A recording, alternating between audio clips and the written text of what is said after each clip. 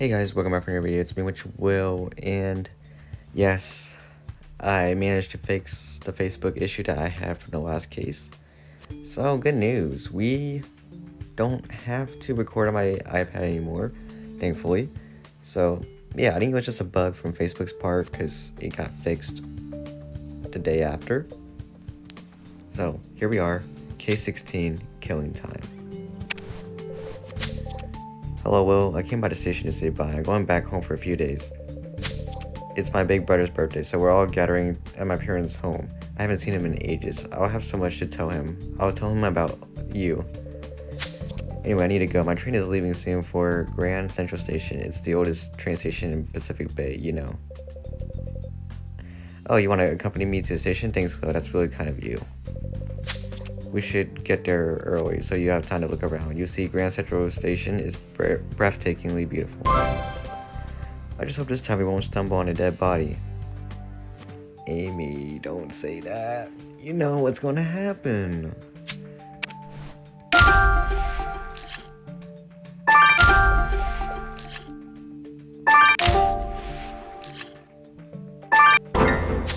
You know, I should have never made that joke about stumbling on a corpse. That poor man, what a horrible way to die. Tied to a clock to hear your last seconds tick away. I guess you're right. Well, at least this macabre staging is giving us an important clue. The time of death. The clock already broke at 11:05. And you know, the victim's face looks vaguely familiar, like I've seen him in a newspaper or something. A newspaper, that's it, Will. That man is Vito Pioni. He's the editor-in-chief of the Daily Dawn newspaper. This is huge. I can never pronounce these names. This case is going to be big, and there's no way I'll leave you in the lurch, Will. I'm staying to help you investigate. At least I know my brother will understand. He knows that duty always comes first. Anyway, let's have a look at the clues you already found. The newspaper rag, good idea. Whoever did this might have some grudge against the media. Let's search through it. I'm sure that broken electrical device you found will tell us something. As soon as you're done piecing it back together, let me just get rid of my luggage.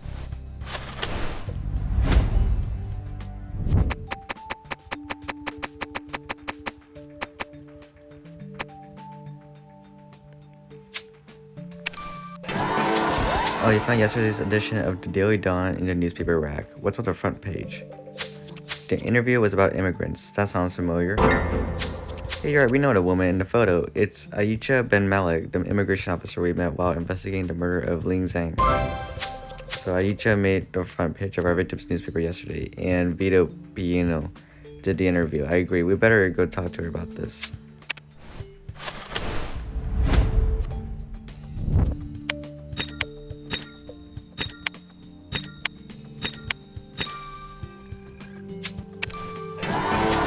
Well done, Will. So that broken electrical device you found at the crime scene is actually a GPS system.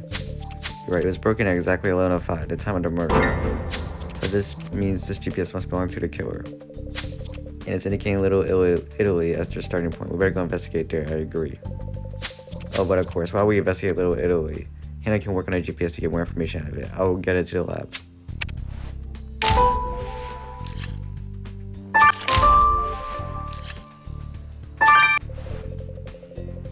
Before I continue, can I just say I do not like this crime scene at all. There's like so much stuff going on. I feel like I'm on a Roman holiday. If we weren't hunting for a cold-blooded murderer, I could sit in a cafe all day here. Maybe just one little biscotti. Right, well, I should keep my eyes open on the job and off the Edwin streets. Thank goodness one of us stays professional. Amy, you think I'm professional? Hell no. Those clues you dug up are definitely connected to the victim. The mobile's phone background shows the Daily Dawn logo. It's locked, but I'm sure it won't be a problem for you. I think that briefcase could be the victim's as well. Oh, I see. It has his initials embossed in it. VP for Vito Piano. Let's have a look inside. If it isn't Pacific Bay's finest, are you here to defend illegal immigrants again? Because I really don't have time. It's always a pleasure, Miss Ben Malik. Sergeant was actually investigating the murder of Vito Piano, editor of the Daily Dawn. We found this article. What? Vito's dead? What terrible news. He was a good man, civic-minded, honorable, strongly manly shoulders. We were on the same page about the immigrants infesting the city, refusing to integrate, refusing to change. Don't you think that his paper exaggerates a little? Yesterday's edition claims that you said the illegal immigrants are responsible for climate change.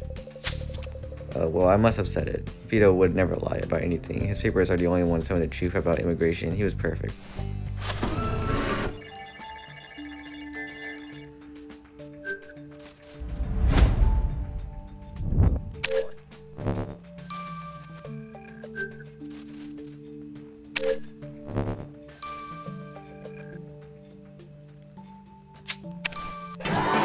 I wish I had your skills, Will. You set the bar pretty high, unlocking the victim's funds so fast. Great job.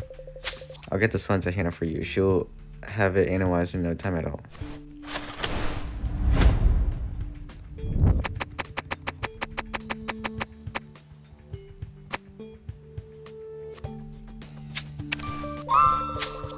What is that picture you found in the Vito's briefcase, Will? It's all yellow. It must be pretty old. You're right, the photo clearly shows our victim, but who is the other man in the picture? Oh goody, Will. We should compare this picture with our police files, see if this man has a record. Don't we know him? I feel like we knew him already. Or not, I don't know. I might be going crazy. If there's anything after this, we do not have enough stars. So. I know this is not the last thing that we had to do for now. There's gonna be something else, for sure.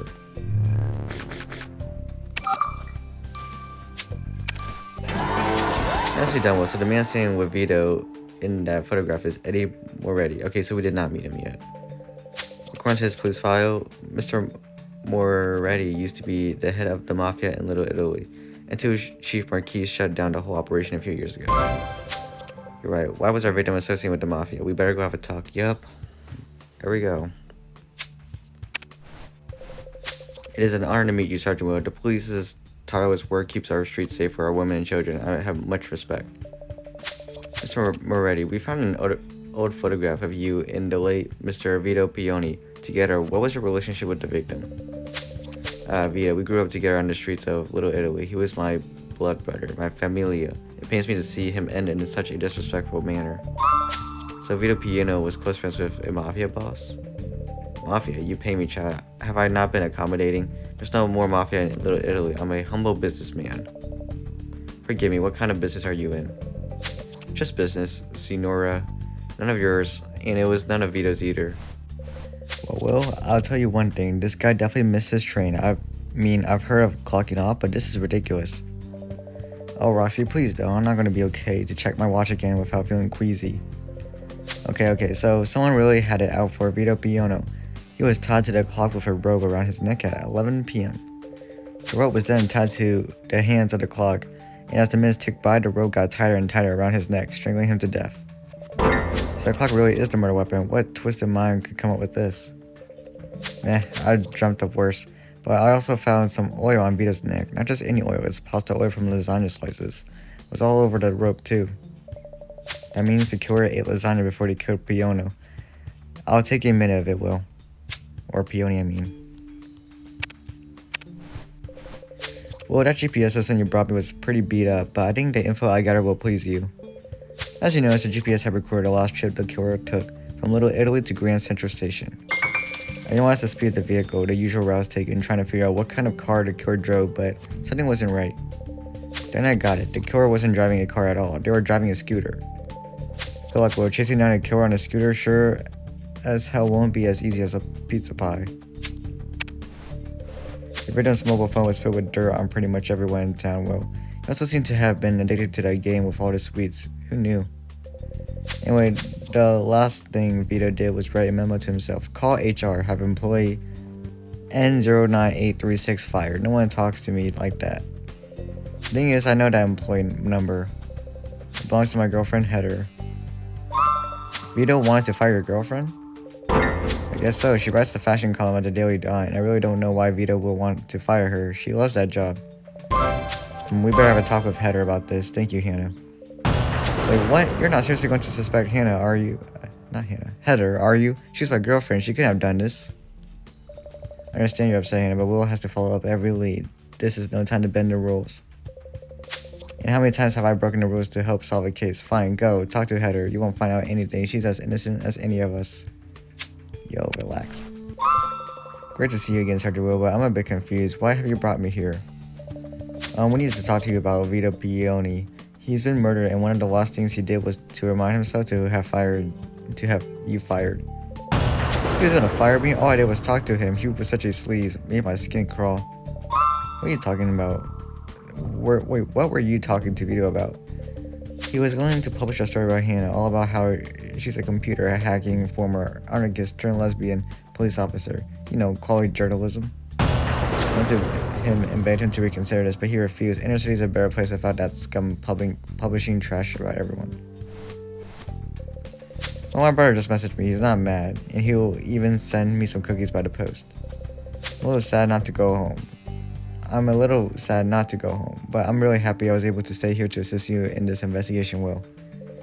So what do we know? Whoever killed Vito Pioni is a big fan of lasagna, and they also drive a scooter. That Aisha Ben Mal continues to be a real pleasure to talk to. I wonder what her problem is. Maybe she just needs some love.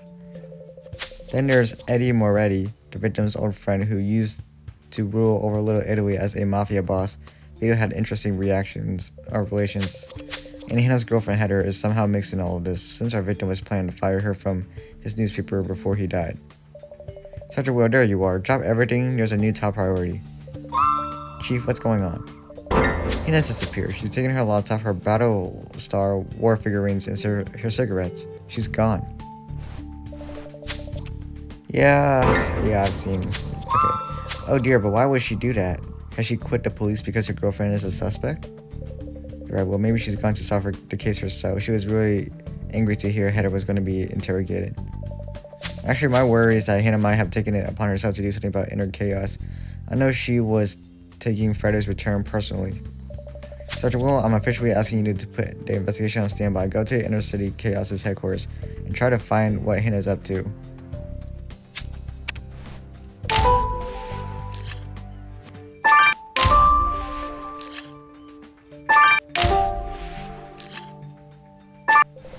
Well, Hannah isn't here. Actually, nobody is. I'm kind of glad about it. Well, this place really creeps me out. As always, he kept her cool and found some clues, like this check for $1,000 from Fredo Marcini, the leader of Inner Chaos.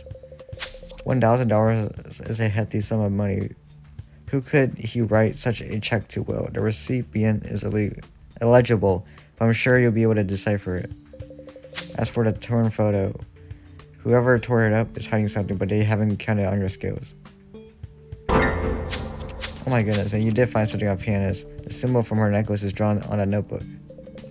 This notebook could tell us where Hannah's gone, but she tore the last page off. I'll get the dusting kit. Jesus Christ, dude. There's always this one card that just sounds like a darn bird. It's so annoying. I wonder if that person's gonna get it fixed. Because I cannot stand that every night. What you deciphered on Fredo's check isn't a name but a number, so we still don't know who that check was for. With Hannah gone, I really hope someone back at the station will be able to figure out who this number refers to.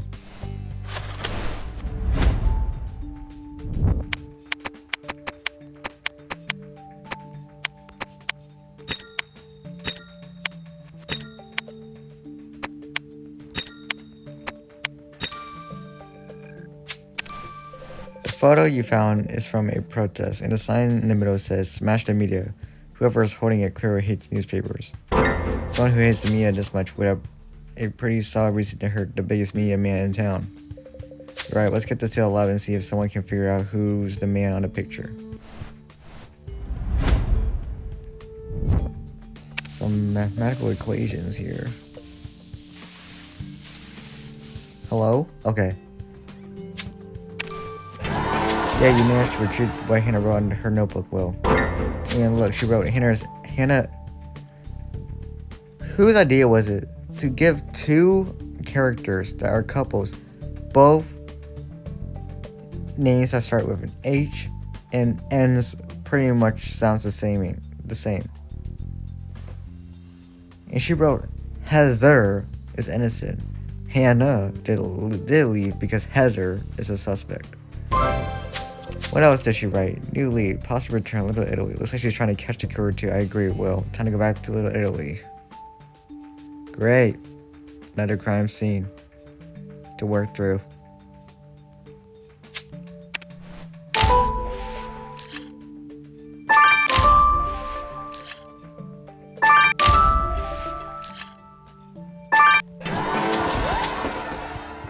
Well, you really outdid yourself finding all those clues. The sketch pad you found, you're right. The drawings look exactly like our murder scene. Which means the sketch pad belongs to Vito's killer. It's covered in brown stains. Do you think you could collect a sample? And what about this cue card? It's so sad to see it all torn up. I'm pretty sure you'll piece it back up. Holy moly, the cookbook you found was written by Eddie Moretti. Times really must be tough for the ex-mafia boss, but what does the faded note on the front say, Will?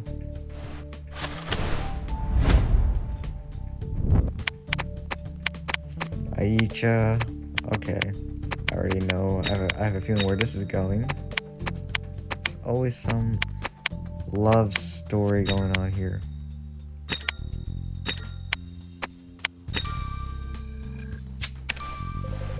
Oh, the call you restored was a love message. Vito, every minute we are apart, I die a little. Why won't you call love for little Aicha? Aicha was in love with Vito Peony? Who would have guessed she had a heart? Sorry, Will, it's a dreadful thing to say, but you're right, we need to go talk to Aicha again. This chapter must be lengthy if it's going up like 4% each time we figure something out. Someone already wrote a note to Vito on his cookbook. Look what you reduced me to. He sounds pretty angry. You're clever. Well, if Moretti has written a cookbook on Italian recipes, he must eat lasagna. I'll add this to his profile. Right, now we better go have another chat with him. Seems Moretti and Vito weren't so friendly anymore.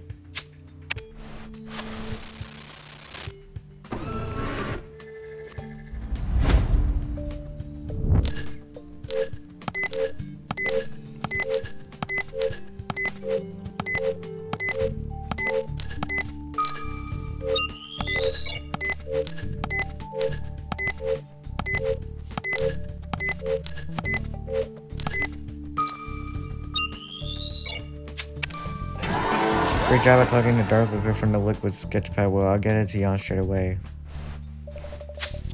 Sergeant Will found a card you sent to Vito Peony. Okay, I admit it, I was in love with Vito Peony. Love. Big, bad Aicha was in love. Aicha, please calm down. We just want to ask some questions. It started out as a casual thing. Vito approached me about the immigration problem. He wanted to do a series of interviews with me. He was so great, you know, and it was nice not to have to be tough for once. I invited him to dinner and made him lasagna. Then we were supposed to go away on vacation. I waited at the station for hours under the clock, but Vito never showed up. I drove my scooter to his house, and there, he told me he didn't love me, that he didn't even care about immigration, that it was just to sell papers. I'm really sorry, Miss Ben Malik. Don't be. Now that he's dead, I don't have to remember the bad times. Damn. This guy has to be related to Tony Marconi, right? Sergeant Will, I see you read my book. Do you like it? Sergeant Will was more interested in the note on the front of the book. Mr. Moretti, what did Peony done to you? Done? You asked me what he has done? Everything. He has taken food from my mouth, the shirt off my back, the blood from my veins. Goodness, that's a little melodramatic, don't you think? I had to drive a scooter. Me, who used to have a Lamoose. You think I like writing cookbooks? I had to sell my mother's recipes because Vito stole my life. He knew all my associates and he sold them to your police force. He's the reason the Italian mafia is no more, and why? So he could have more power by making friends with the police? I have waited many years for him to die. He betrayed his friends and now the past has caught up with him. Since Hannah so brutally left us, I've been asked to take care of analyzing that check number for you, Will. Computers are fine for nerds like Hannah, but real crime experts need to use more sophisticated analysis. So I asked myself, who would Fredo be writing a check to? Then I tried to determine which kind of person might use a number instead of a name. Then I called the bank and flirted with the cashier until she told me who the number corresponded to. Well, the number on that check corresponds to one of the bank accounts of Vito Peony.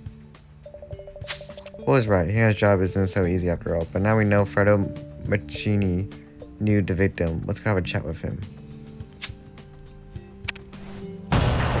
That's the last time I step into Hannah's shoes. Corpses don't have to be switched on and off a million times to give answers. Corpses are pretty much always off. Did you manage to find the person in the protest photograph? First I had to find the right database. That took hours. Then I had to get the right password.